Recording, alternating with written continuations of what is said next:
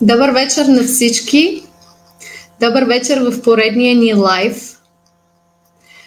Тази вечер сме ви приготвили доста любопитна тема. Надяваме се да бъде интересна за вас. Темата ни е последствията за децата при раздяла на родителите.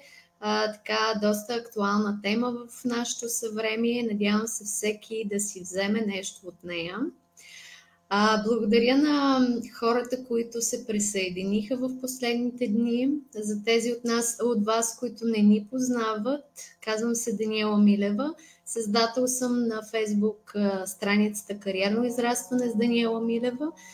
Сертифициран констелатор, NLP специалист, лайф и бизнес коуч и треньор по личностно, кариерно и бизнес израстване. Занимавам се с провеждам курсове и консултации в областта на бизнес, личностно и кариерно израстване. Преди да започнем с нашата тема, ще помоля и двете дами, които стоят заедно с мен зад групата Мисия Деца, да се представят. Невена. Здравейте и от мен на всички. Добър вечер на всички родители с мисия, които са част от нашата общност. Казвам се Невена Димитрова, за тези от вас, които не ме познават, и съм психолог, сертифициран треньор по личностно развитие и също така се занимавам с китайска метафизика, с фън шуй и източна китайска астрология. Не звучи толкова сложно, колкото всъщност е това. Както Дани, аз също провеждам индивидуални консултации и психологически, и по фъншуй или астрология. Провеждам групови обучения, имам менторска програма и така продължавам да се развивам в сферата на психологията и китайската метафизика. Много ви благодаря също както Дани за това, че сте част от групата Мисия Деца, защото колкото повече хора има, толкова по-осъзнато ще става обществото за проблемите, а това всъщност е първата стъпка, за да можем от тук нататък да създадем едно успешно и уверено по-добро от нас поколение. Оставям и на Мария да се представи и ако имате някакви въпроси по време на лайфа, бъдете активни, задавайте ги, задавайте теми, които ви интересуват. Това е важно за нас и се надяваме този лайф да ви бъде интересен. Добър вечер и от мен на всички. Надявам се тази вечершния лайв да бъде интересен и полезен за всички. Благодарим за доверието и за това, че групата става все по-голяма, което доказва, че има родители, които желаят да се развиват и да научават полезна информация. Казвам се Мария Филина, лайф коуч, консултант по личностно развитие, мотиватор и NLP практик. Занимавам се с консултации индивидуални онлайн предимно. Много се радвам, че съм част от групата на Мисия Деца, тъй като вярвам, че нашите деца, това са нашето бъдеще и колкото по-осъзнати родители има на земята, толкова по-успешни деца ще имаме ние и те ще се развиват по най-добрия начин. Пожелавам успех на тази вечершния лайв и се надявам да се увеличи аудиторията тази вечер и да успеем да предадем това, което сме подготвили за вас. Дани? Благодаря, Мария. Искам да апелирам, бъдете активни, задавайте въпроси и нека вземете максимума от лайфа, защото наистина темата е много важна, много често срещана вече в нашето съвремие и е важно да отделим сериозно внимание на това как реагират децата ни чисто емоционално, когато родителите се разделят. Така че бъдете активни, използвайте лайфа, задавайте въпроси. Най-отгоре в групата за новодошлите в членове имаме пиннат наръчник на родителите с мисия. Можете да си го изтеглите, има инструкция, постът е най-горе като препоръчан. Така че Надявам се наистина да сме ви много полезни, защото идеята за групата и въобще това, което правим трите за тази инициатива, това е наше такова личностно удоволствие и се надяваме да бъдем много полезни за вас и да ви дадем много стойност. Днешната тема, която сме ви избрали, е последствията за децата при раздяла на родителите. Защо избрахме тази тема? Защото смятаме, че е от изключително значение за детската психика и все по-често срещана като в живота ни. И всъщност е време да открехнем и да заговорим за това как се чувства детето, когато неговите родители се разделят.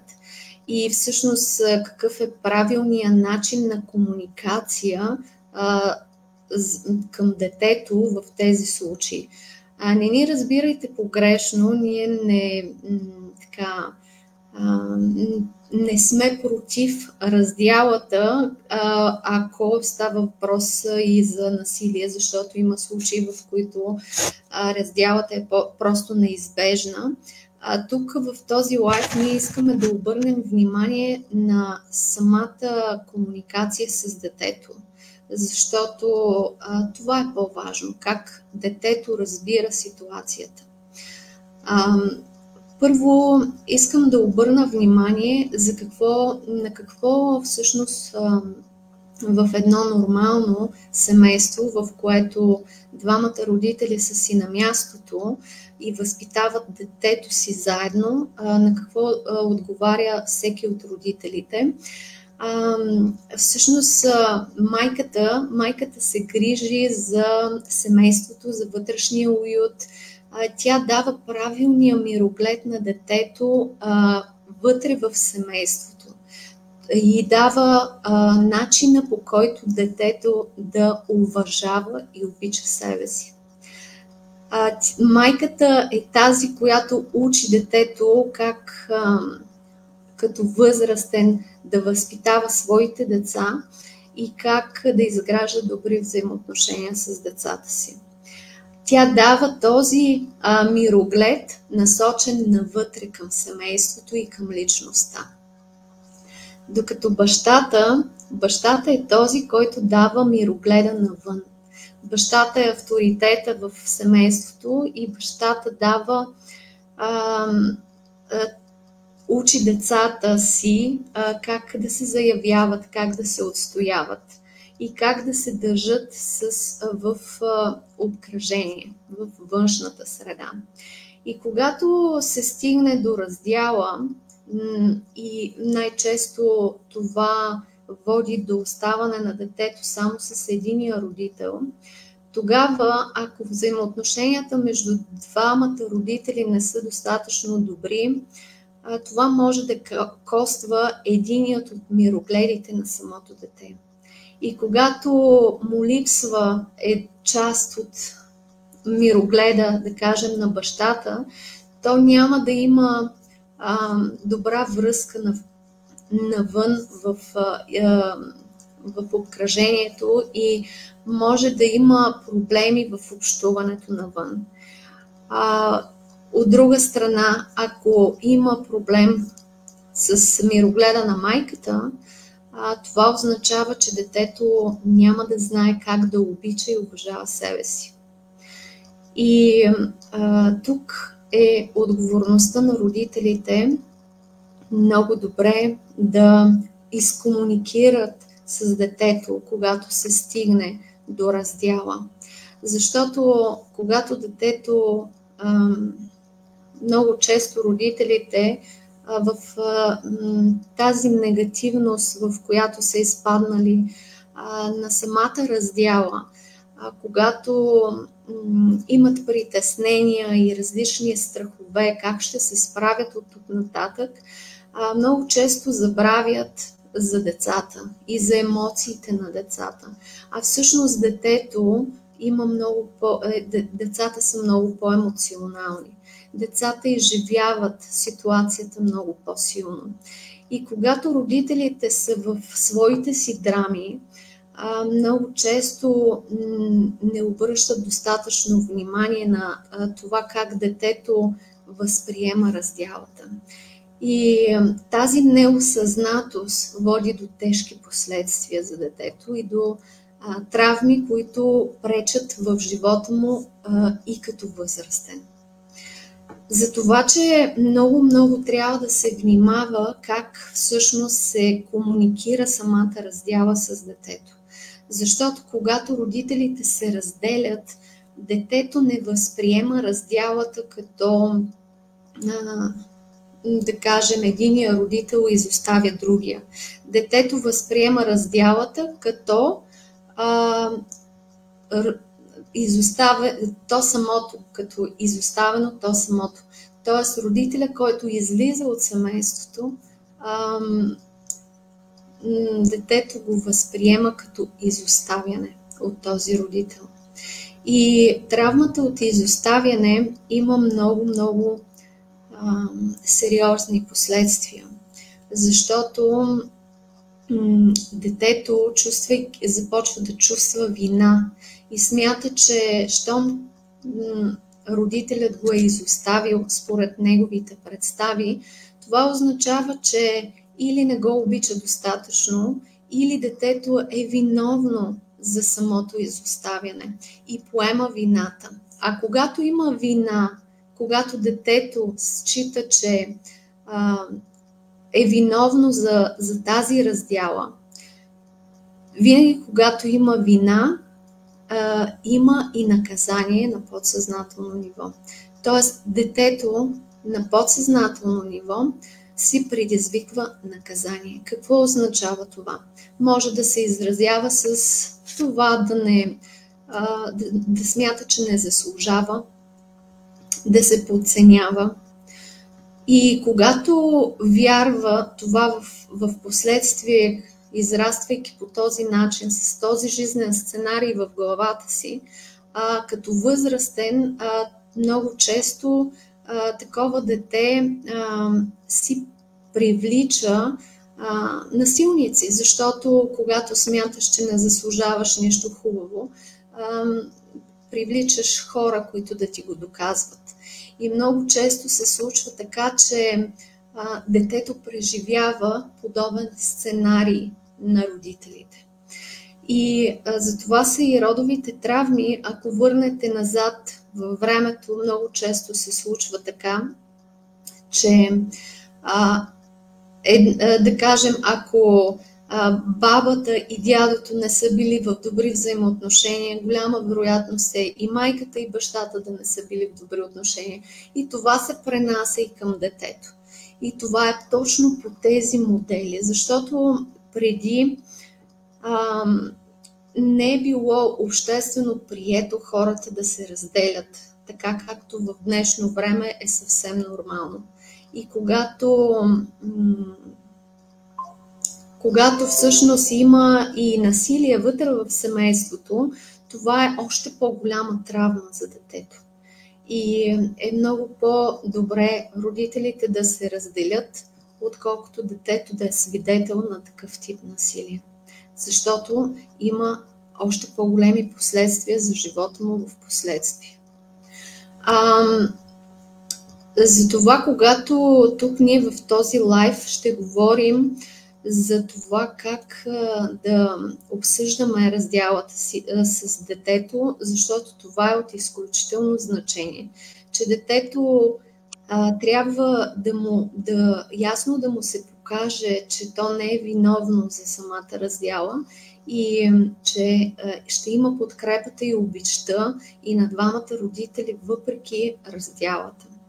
И тук много често се прави голяма грешка от родителите, защото влизайки в спорове, в такава негативност, когато се стигне до раздяла, те въвличат и самото дете в тези лоши взаимоотношения. И когато си позволяват да разменят лоши думи помежду си или да говорят лошо за единия родител пред детето, тогава детето се травмира още повече. И какви са последствията?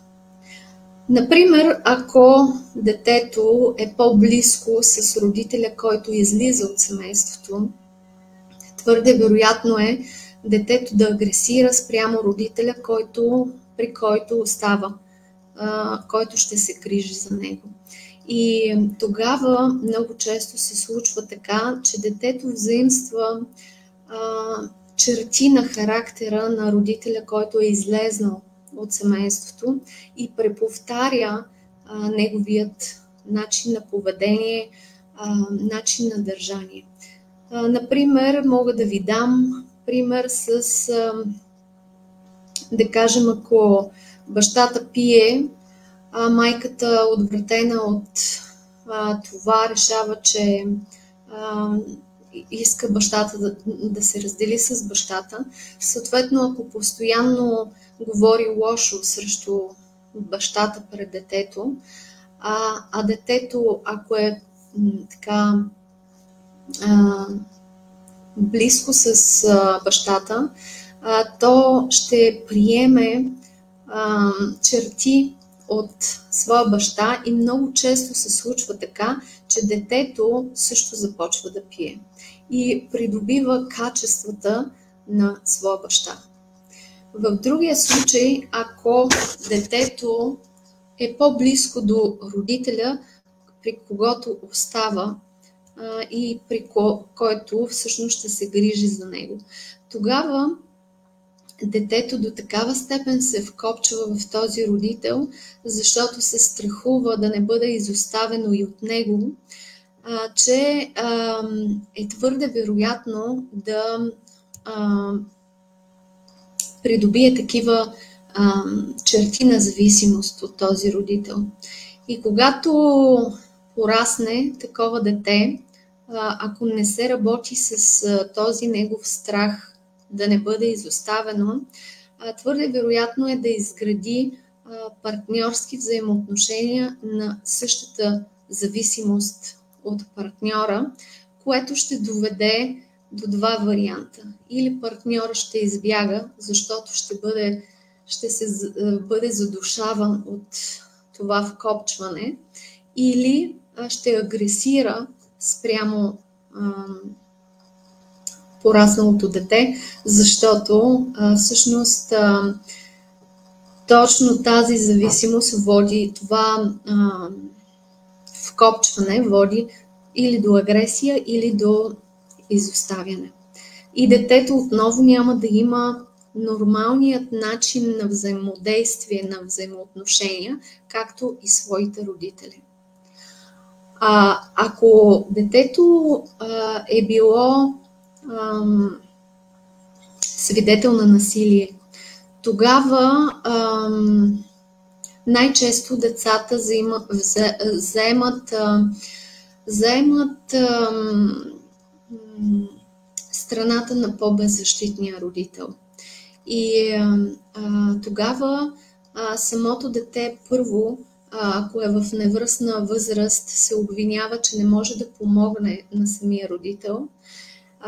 И отново опираме до чувство на вина, което в последствие влияе на живота му като цяло. И вторият вариант е детето се опитва да спасява този по-беззащитния родител, като се превръща в негов спасител. И тогава се влиза в триъгълникът на Картман. Предполагам, доста от вас знаят какво представлява, но накратко ще разкажа. Всъщност триъгълникът на Картман, това е един социален триъгълник, в който почти всички влизаме понякога, ако не сме осъзнати. Тоест ние играем три роли на жертва, спасител и агресор. Триъгълникът започва винаги от жертвата. Жертвата, човек, който смята, че не може да се справи сам в дадена ситуация и разчита някой друг да му оправи живота. Тогава най-често се появяват спасителите, хората, които искат да спасят, да помогнат на жертвата да се справи. Тогава обаче такъв тип хора, които спасяват, всъщност те твърде дават от себе си и се прераздават в един момент. Много често такива хора са използвани, взимат им ресурсите и съответно самия спасител, вместо да спасява другите, е най-добре да спаси себе си. И агресора, съответно, това е човекът, който най-често агресира спрямо жертвата, и тъй като жертвата не поема отговорност за собствения си живот. Как детето влиза в триъгълникът на Карпман? Да вземем едно семейство, да кажем, в което майката така е била обект на насилие, било то вербален или по физически начин от бащата на детето. Тя се превръща в жертва, детето, свидетел на това насилие, има желание да спаси майката.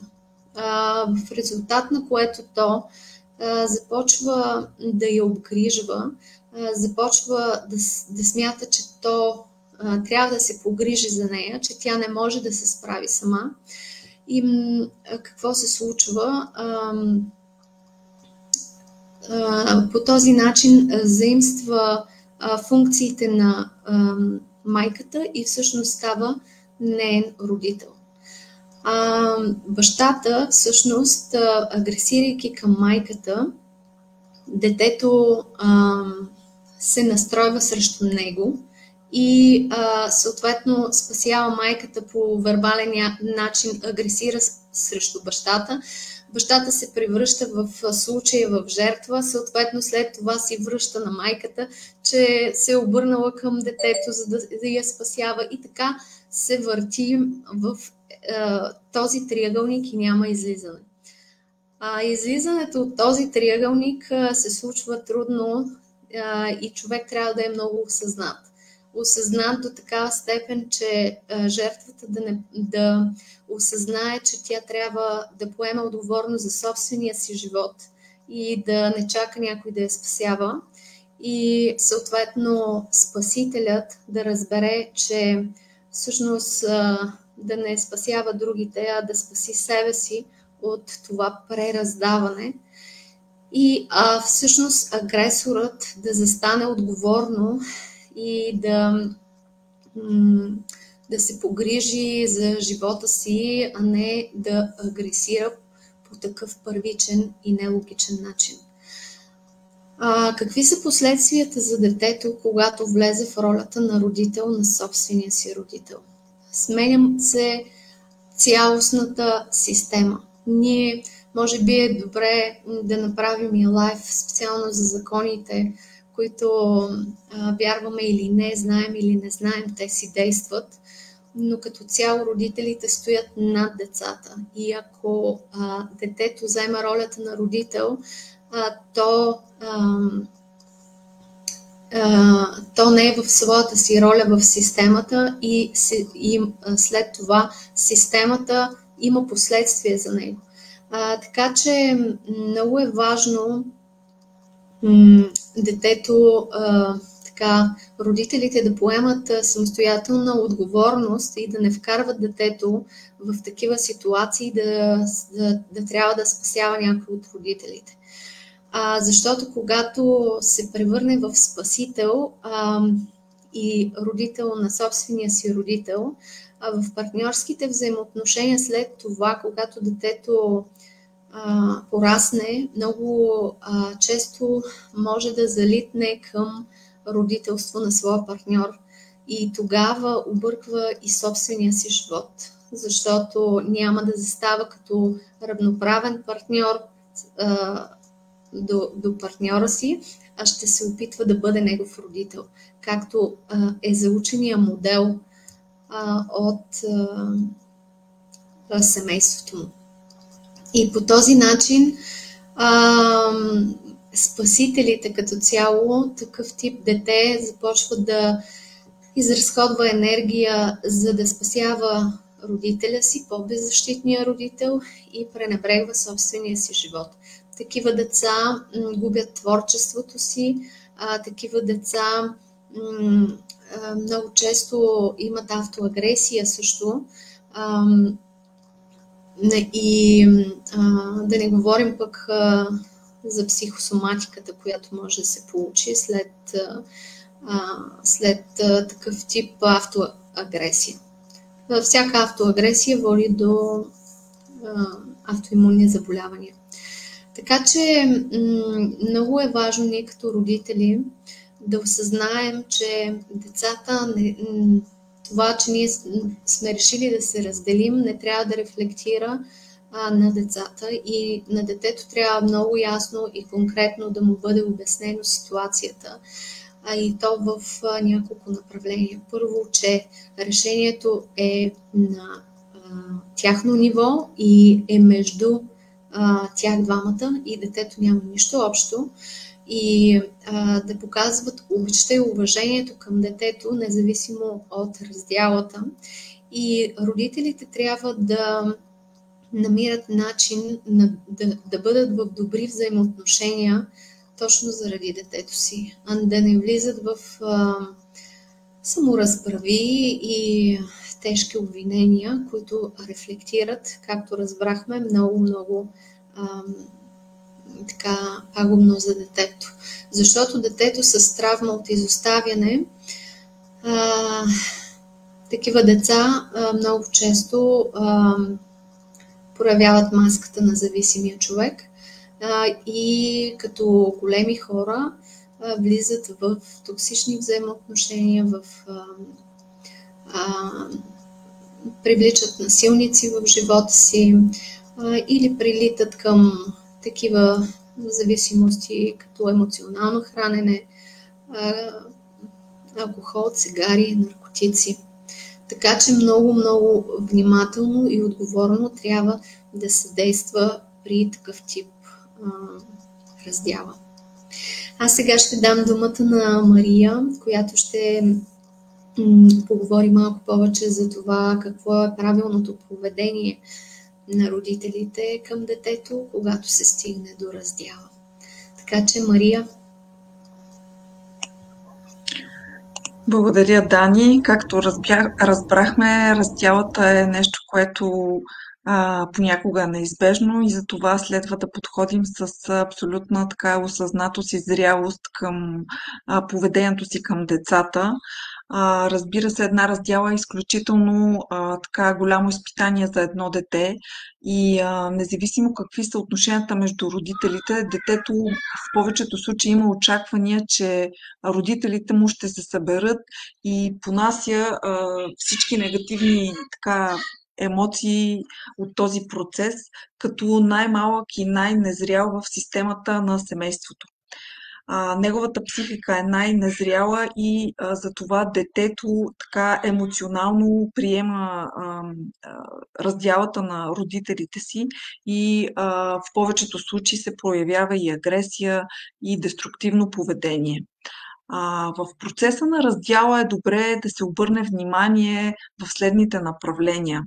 Родителите да търсят възможности да намалят последиците както за себе си, така и за детето, да не говорят лоши думи един за друг, да споделят пред детето само положителни качества, положителните моменти дори от живота, който са имали, да разговарят нормално и да си взаимодействат и да си сътрудничат помежду си като партньори бивши, като приятели и, разбира се, като родители на детето си.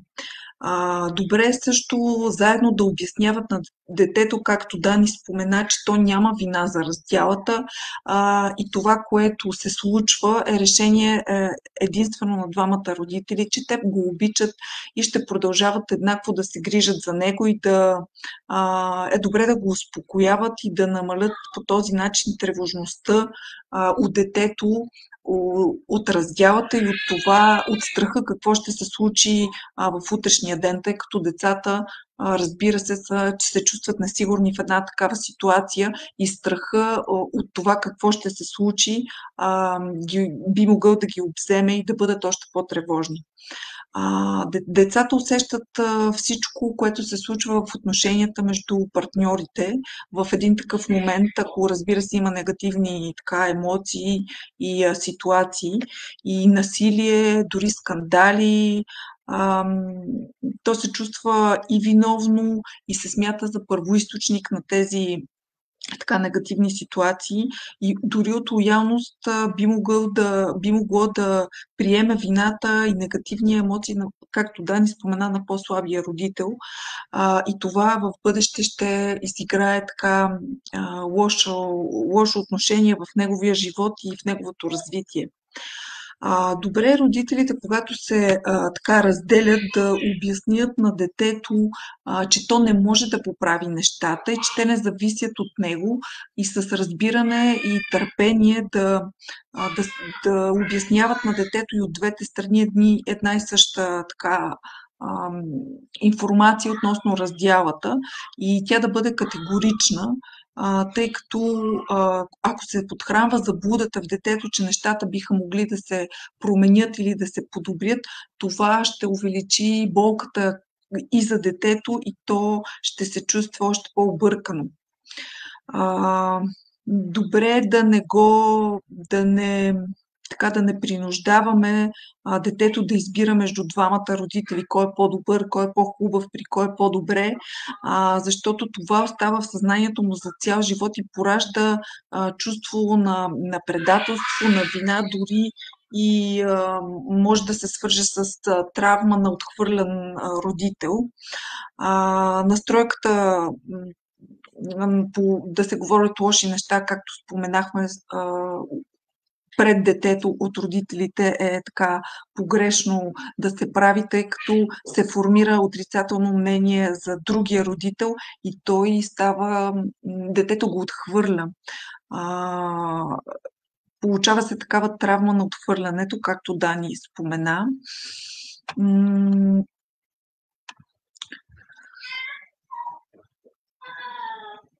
Какво още можем да споменем? Да не говорим негативни неща пред детето и да го настройваме. И разбира се, ако детето остава да живее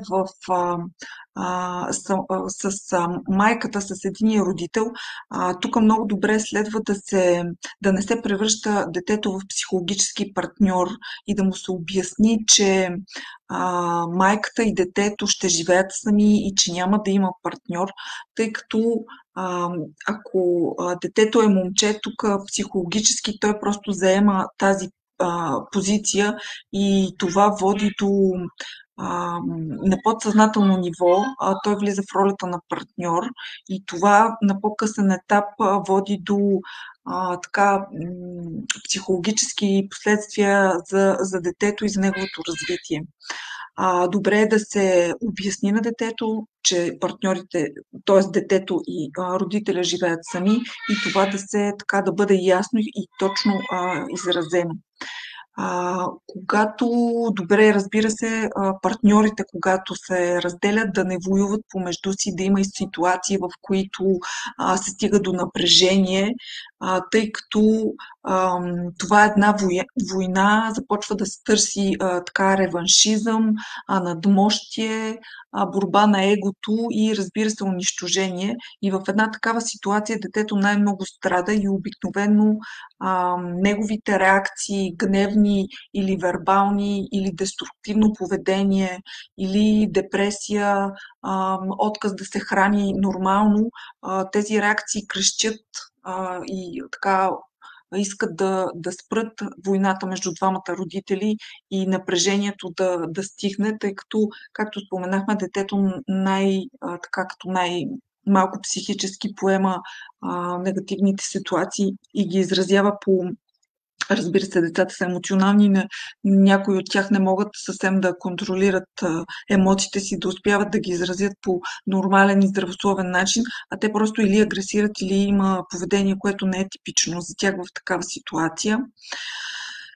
Добре е да се търси, разбира се, нормалната комуникация между партньорите. Ако това е трудно, разбира се, да се мисли първо за детето и това как ще му се отрази и да се стараят да бъдат така зрели и да комуникират нормално помежду си.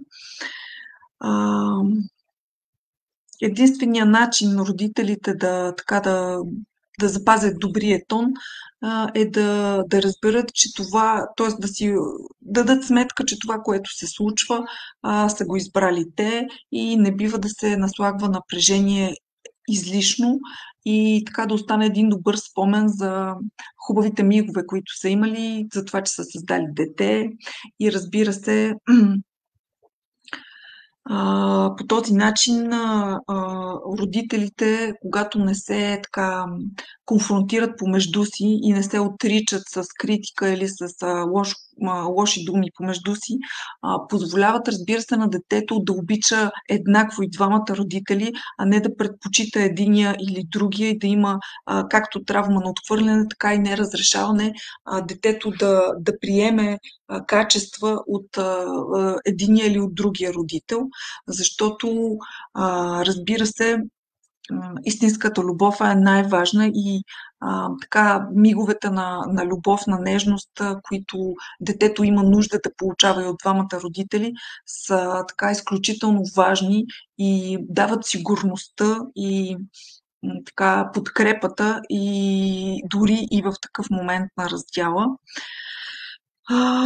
Разбира се, добре и да се избягва надмощието от единия на другия родител, за така да се покаже кой така може да навреди на другия и да се търси наистина разбирателството, да се приеме ситуацията, да се помисли за детето и така да бъдат родителите осъзнати, добре комуникиращи с детето и така щадящи психоемоционалното състояние на всички при една такава ситуация на раздяла.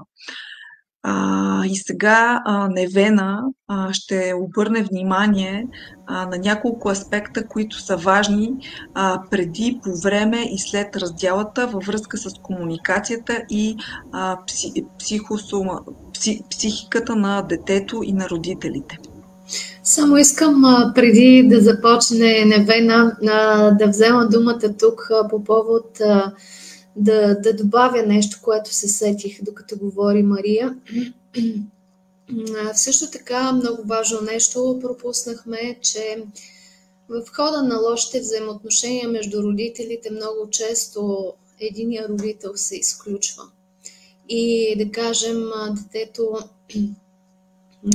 на детето не се дава право да се вижда с единия родител. И тогава детето се лишава от една част от мирогледа, както говорих в самото начало, че всеки родител дава съответния мироглед на детето. А майката в вътрешния му свят, бащата към външния свят. И ако единият от родителите е изключен, т.е. на детето не му е позволено да се вижда с този родител, ние реално усъкътяваме детето си. И то съвсем целенасочено.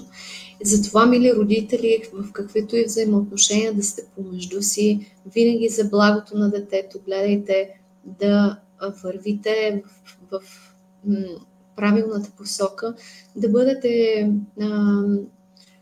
възрастни хора и да се разбирате заради детето.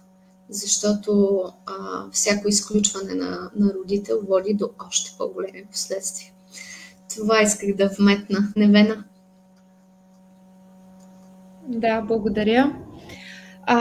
Значи, доста неща казаха момичетата. Мисля, че темата е доста обширна и дори няма как да ни стигне един лайв, за да кажем всичко съществено. Много от нещата са неща, които вие вече знаете, но всъщност на практика е трудно да приложите по една или друга причина. Като обобщение, съвсем накратко искам да кажа, че е най-важно всеки от родителите да си стои на правилното място и детето да си бъде на правилното място. Всеки си има определена функция и всяко изземане на чуждата функция и натрапване на собствената отговорност върху детето е контрапродуктивно и може да бъде изключително травмиращо. Децата нямат логическо мислене като възрастните хора. Те не очакват да стане нещо много страшно, за да ги травмира. Детето може да направи някаква съвсем нелогична връзка между едно обикновено събитие, което то просто да разбере и да приеме като травмиращо. Затова, според мен е много трудно да се избегне това, не ме разбирайте погрешно, всеки от нас има травми. Ако говорим пък за прераждане, ако вярвате в духовната психология, то ние се прераждаме на тази земя като едни души, които са дошли да научат своите уроци и които така или иначе искат да преживеят тази травма. Въпросът е по какъв начин ние ще засилим, дали ще засилим или ще облегчим последствията от всичко това. И много често децата наследяват травмите на родителите си, а пък ние след това се събираме с партньора си по травмите си.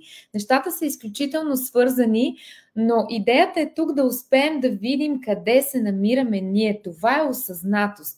Това е осъзнатост да знаем къде ни е проблема, с какво можем да нанесем травма на някой, било то на детето, било то на някой в обкръжението ни и да осъзнаем къде всъщност ние бъркаме и по какъв начин ние сме травмирани и да започнем оттам. Всяко друго нещо, всичките обвинения, всяко прехвърляне на отговорност, всяко влизане в другата роля просто ни отдалечава все повече и повече от това да си решим собствените проблеми. Така че за това всеки трябва да си бъде на мястото.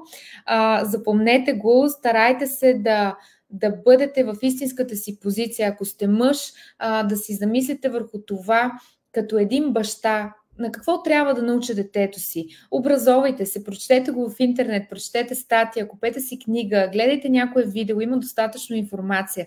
По същия начин, ако сте жена, ако сте майка, какви са изначалните функции, които аз имам в семейството и какво трябва да предам на детето. По този начин ще изградим още в началото една много по-стабилна среда, в която е една идея по-малко вероятно да се стигне до раздяла. Разбира се, както казахме, понякога това е неизбежно, понякога хората просто приключват съвместния си живот по една или друга причина. Друга важна точка, която искам да отбележа тук е човек да се замисли по какъв начин самият той излиза от раздялата. Ако ние сме излезли от връзка с обида, с разочарование, с много гняв, с болка, с тъга, с обвинение, с какви ли не притеснения и проблеми, то ние сваляме вибрацията си. Когато свалим вибрацията си, ние понижаваме нивото си на енергия. Когато сме на по-ниското ниво, ние привличаме неща, които са по-ниски или от чисто енергийно на същото ниво. Било то партньор, работа, среда, контакти и така нататък. Ако успеете да намерите начин, приключвайки дадени отношения, да ги разберете, да изпитате благодарност за всичко, което сте научили все пак от тази връзка, било то добро или лошо, независимо какви са преживяванията. Ако успеете вътрешно да преодолеете в себе си обидата и гнева и всички негативни емоции, то вие автоматично ще скочите на по-високото ниво и оттам много по-лесно ще намерите нов партньор, ще бъдете по-добри родители, по-добри приятели, по-добри деца на вашите родители и така нататък. Виждате много добре какво е да оставаме в негативните емоции. Всеки от нас е бил там и за това е важно наистина да се опитаме максимално да се справим с тези негативни емоции в себе си. Това се случва, разбира се, чрез грижа за психичното ни здраве. Защо тази грижа е толкова важна?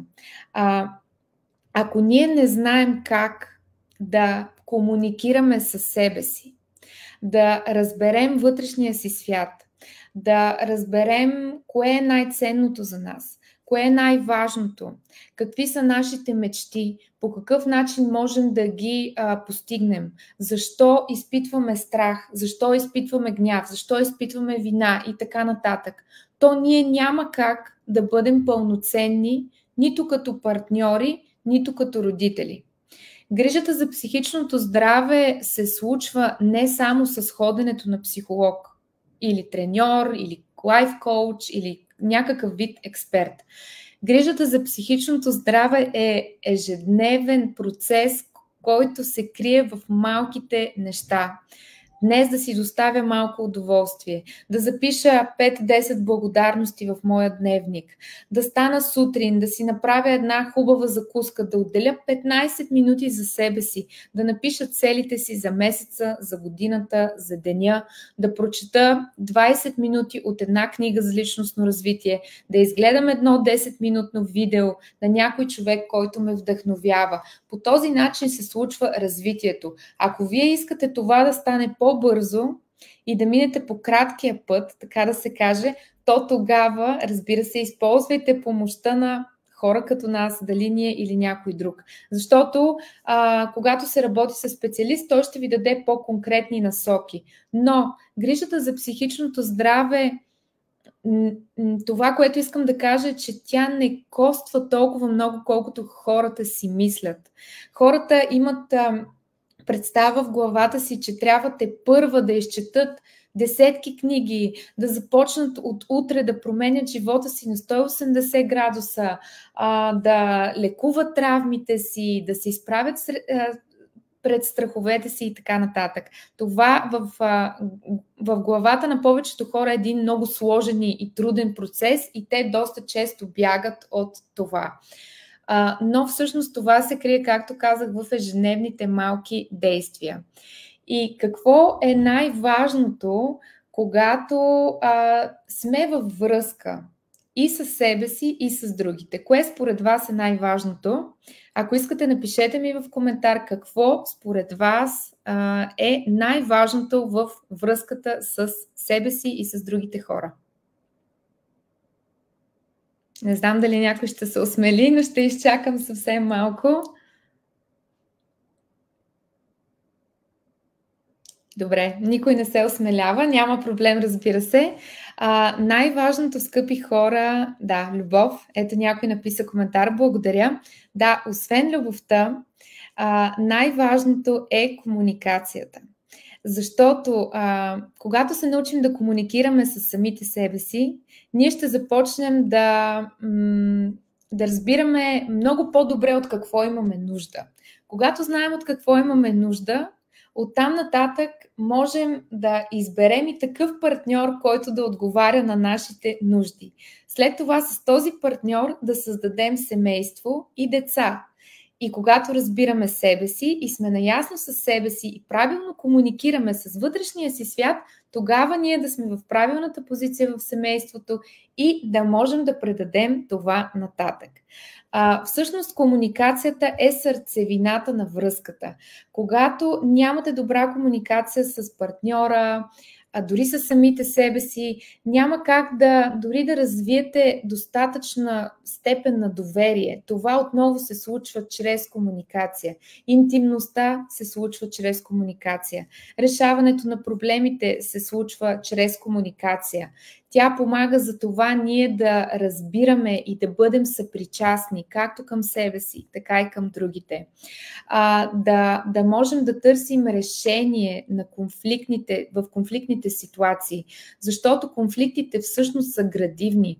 Много хора се страхуват да влизат в тях, да се конфронтират, но те са градивни, стига да се научим да комуникираме правилно и да търсим решение, а не да дълбаем все повече и повече в проблема. Също така комуникацията, както казах, подпомага това да създаваме повече интимност, да говорим, да разказваме в семейството, с нашия партньор, какви са желанията, какви са мечтите ни, какви са страховете ни, да се научим да споделяме. Когато комуникираме, тогава самата връзка в семейството, самите отношения стават по-разнообразни, раждат се нови идеи, засилва се интереса на партньорите един към друг. Оттам нататък те достигнали това нещо, много повече ще се интересуват и от детето си.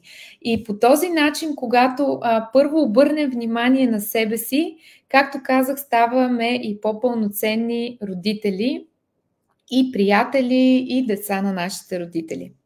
Така че комуникацията е изключително важна и когато говорим за раздяла, липсата на правилната комуникация преди раздяла води до голямо отчуждаване.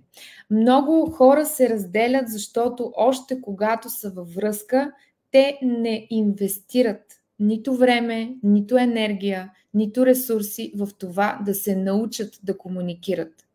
Доста често хората избират по-лесния път да си премълчат, да не кажат нищо, да се разровят в телефона, да изгубят 1-2-3 часа във Фейсбук и така нататък, защото се страхуват. Но в крайна сметка никой не чете мисли и ако не споделяме за желанията си, няма как да очакваме от другия човек, че те ще бъдат разбрани. Също така, когато не комуникираме преди да се разделим, не комуникираме достатъчно, тогава ние не знаем какви са нуждите на другия. Тогава не обръщаме внимание на тях, започваме да мислим само за себе си, забравяме да чуваме, когато партньора ни казва не и когато ни казва да. Това са лични граници и следващия лайв ще поговорим за тях. Също така, когато не комуникираме преди раздяла, тогава фокусът остава в проблема, вместо да се измести към решението и в доста случаи можем да станем невидими за партньора си. И по същия начин той да стане невидим за нас. Оттам започва първото нещо, което постепенно води до самата раздяла от липсата на правилната комуникация. След това, когато настъпи раздялата, отново, ако не се научим да комуникираме правилно, това започва да носи изключително много болезнени емоции, разочарование, засилване на всички тези емоции. Тогава почват обвиненията, тогава търсим виновен, но не гледаме в себе си. Обикновено обаче се оказва така, че ние обвиняваме другите за всичко, за което се сърдим на самите нас. И следващия път, ако вие искате да кажете на някой човек нещо, с което да го нараните, защото се чувствате обидени или разочаровани, си задайте въпроса дали вие правите същото нещо и дали вие самите постъпвате по-различно към самите вас.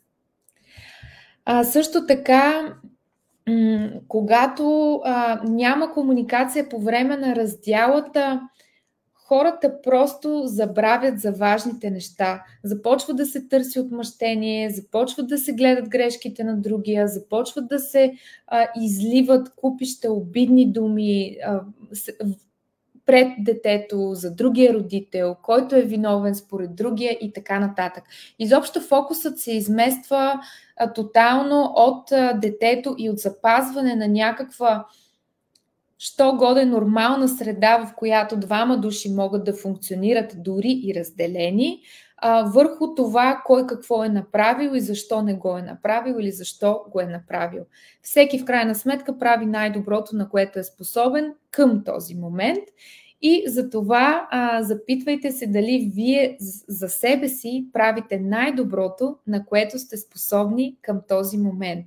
Следващия път, когато се усетите, че липсва комуникация и че нещата не вървят както трябва. След раздяла, разбира се, изобщо, ако не можем да комуникираме правилно, се затваря всякаква вратичка за помирение, независимо дали хората ще останат заедно или не. те така и така не могат да открият причините и не могат да открият нови пътища, за да преодолеят проблемите си. А когато има замесено и дете, разбира се, е нужно да се направи това. Да, мисля, че Дани и Мария обясниха всички причини и следствия, които могат да се появят в детската психика и как оттам нататък целият живот на детето като възрастен може да бъде нарушен, ако то само не поеме инициатива, за да излекува тези травми. И тук искам да спомена като за финал няколко неща и признаци на добрите комуникатори, за да видите дали вие сте такива и какво бихте могли да подобрите, защото да си добър комуникатор е безплатно. Всеки може да прояви поне едно-две неща от всичко, което ще спомена в отношенията с партньора, в отношенията с детето, на работното място, в приятелския кръг, с вашите родители и така нататък. И ако вие усещате в момента някакви негативни емоции, имате партньор и все още не сте стигнали до раздяла, това ще ви бъде много полезно. Ако вие имате раздяла, но не се разбирате с другият родител на вашето дете, това също ще ви е от полза, най-малкото за самите вас. Така че, какви са признаците? Добрите комуникатори знаят кога да говорят и кога просто да замълчат. Понякога няколко минути мълчание казват много повече от 1000 думи. Също така, добрите комуникатори дават пространство на другите хора, когато те са разстроени. Ако в крайна сметка някой ни е гневен, ако ние сме го обидили, наранили, не сме постъпили правилно, неволно или волно, този човек има нужда от пространство. Има нужда да излезе малко, да обмисли цялата ситуация, да се отдели за момент и това ще засили шанса този човек да се върне, отколкото ако ние продължаваме да напираме и да искаме на всяка цена да стане нашето. Добрите комуникатори наблюдават себе си, тона си, собствените си усещания. Тоест, когато комуникираме, докъде е границата, какво трябва да кажем и какво можем да кажем по различен начин. Просто да наблюдаваме себе си и какви усещания се проявяват в нас, в тялото ни, дори когато комуникираме с определени хора, доколко искаме да комуникираме с тях, кои комуникации и хора можем да избягваме или пък да засилим, за да се чувстваме по определен начин. Също така, добрите комуникатори премислят преди да обидят другия човек. Много е лесно да се кажат просто някакви думи в пространството, но понякога тези думи могат да се закотвят завинаги в съзнанието на другия човек. Имаше една такава притча с една мечка от едно време. Моите баба и дядо са ми разказвали, когато там някакъв човек в гората отива, удря една мечка с брадвата си, но казва, че много мирише или нещо, обижда мечката. В крайна сметка на мечката раната й минава, но тя се връща при човека и му казва, нали, раната ми мина, но лошата дума, която ми каза, никога няма да я забравя. Това беше точно, сега преразказвам, не много точно, но с поуката, че думата понякога тежи много повече, отколкото просто да се удариш и да ти мине и да стане нещо такова. Изключвам, разбира се, случаите на домашно насилие, нали, това е съвсем различна тема. Тук просто казвам, че тежестта на думите за някой друг може да е много по-голяма, така че внимавайте. Също така, добрите комуникатори умеят да изслушват с цел да разбират по-добре другия човек, без да го прекъсват и без да налагат прекалено много мнението си. Те могат да задават отворени въпроси, показвайки интереса на другия, че искат да разберат какво той има предвид. В коучинга работим с отворени въпроси. Отворените въпроси са тези, чието отговор не е просто да или не, и те са изключително полезни във всяка една комуникация. Защо мислиш така? Какво те кара да се чувстваш по този начин? Разкажи ми как мина деня ти. Има разлика между това и да попитате някой или детето си, добре ли беше днес в училище? Да или не? Това е. Вместо да поощрявате комуникацията чрез отворени въпроси. Това е много важно свойство на добрите комуникатори. Също така, те имат готовност за това, което ще чуят, независимо дали им харесва.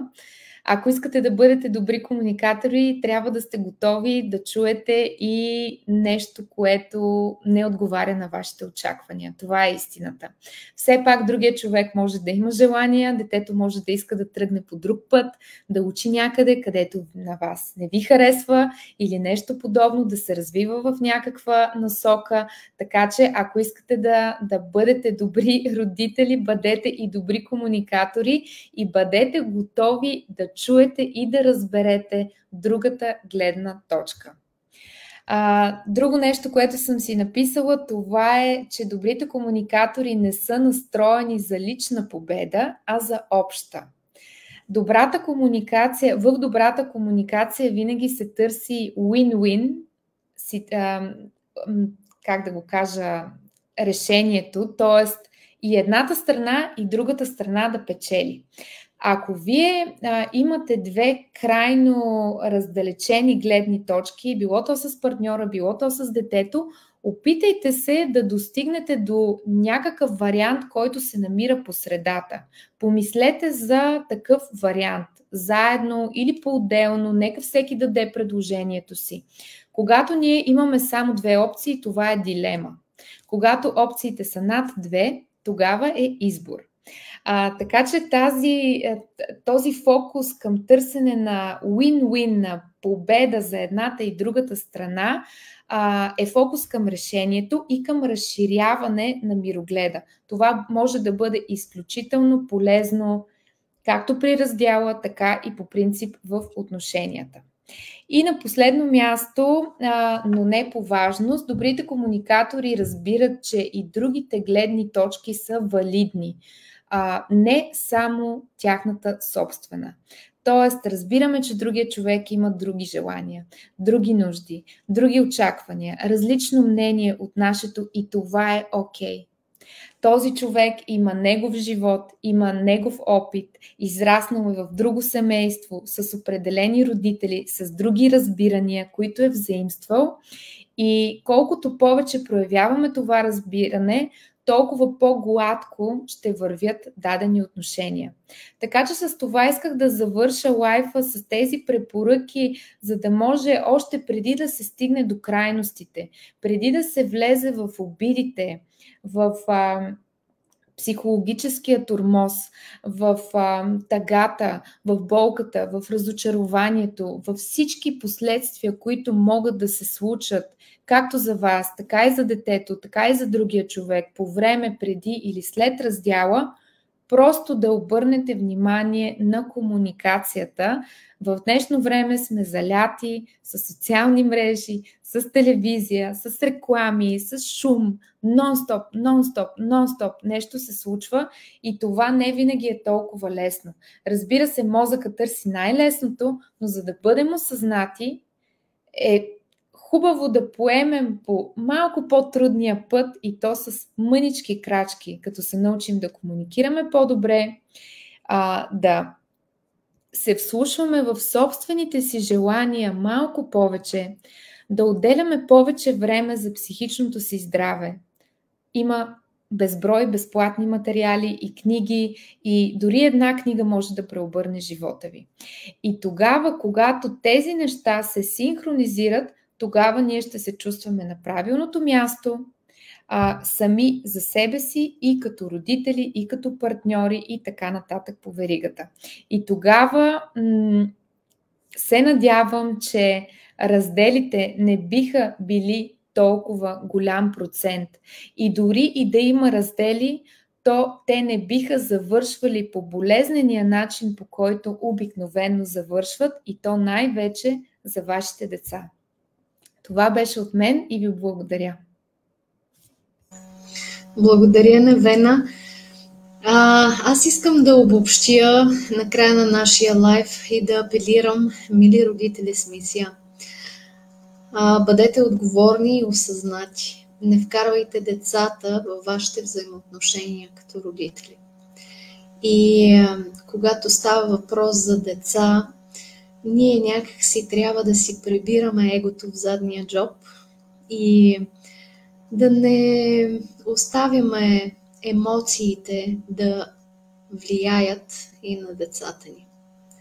Да сме малко по-разбрани, по-осъзнати за последствията. Виждате, че една травма от детството влияе на през целия живот на човек. И най-вече тези живота, който имаме към днешна дата, живота, който живеем и начина, по който действаме, зависи от травмите, които сме имали като дете.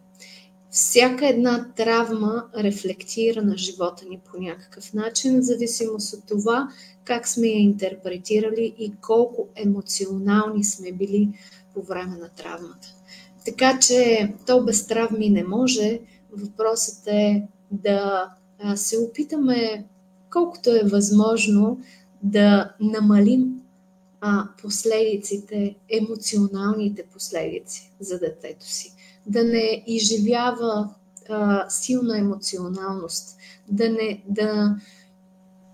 не го боли толкова много, за да няма такава дълбока травма, която да му влияе в живота в последствие.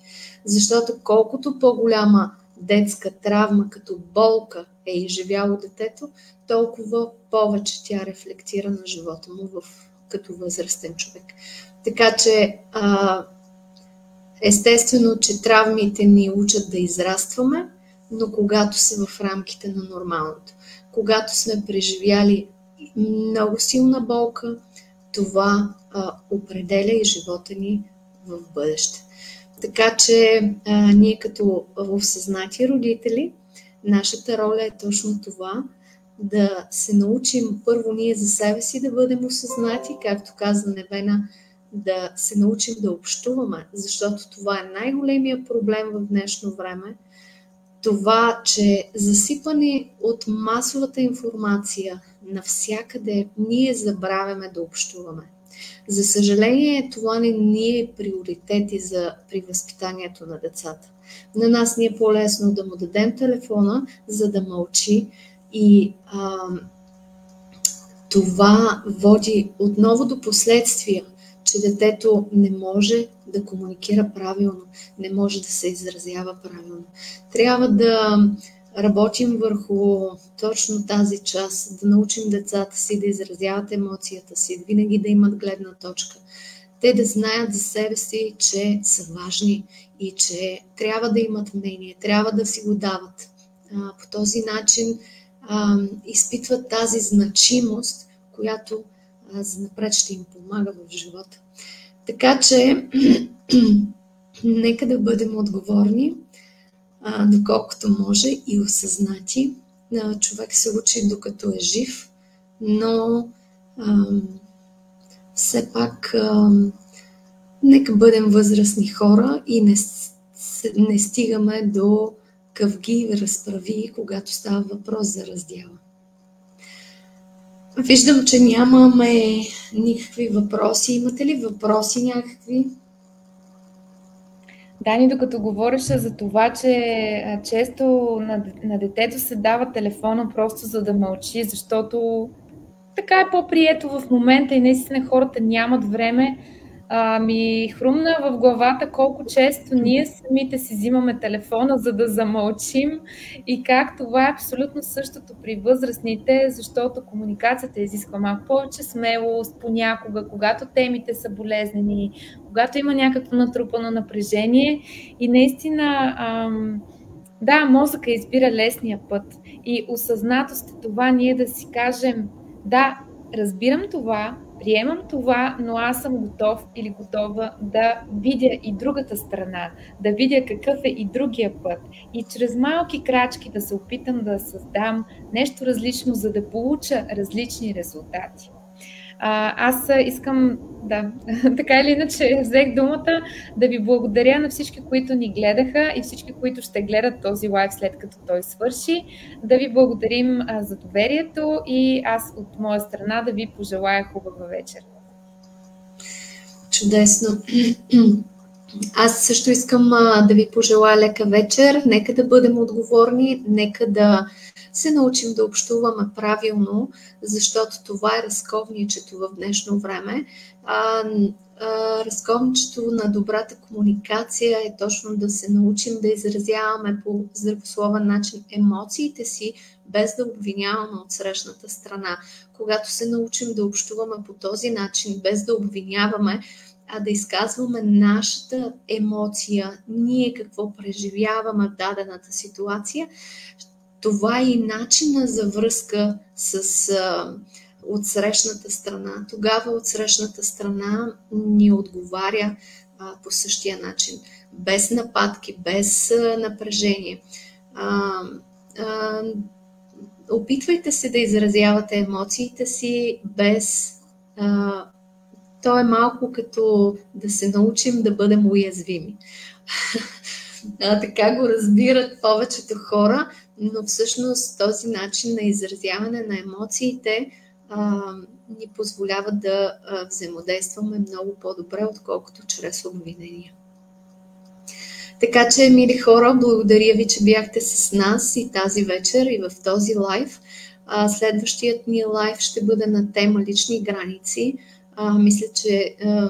Мислим, че това е много важна тема, която трябва да засегнем в нашето ежедневие, как да поставяме лични граници и да научим децата си да поставят лични граници.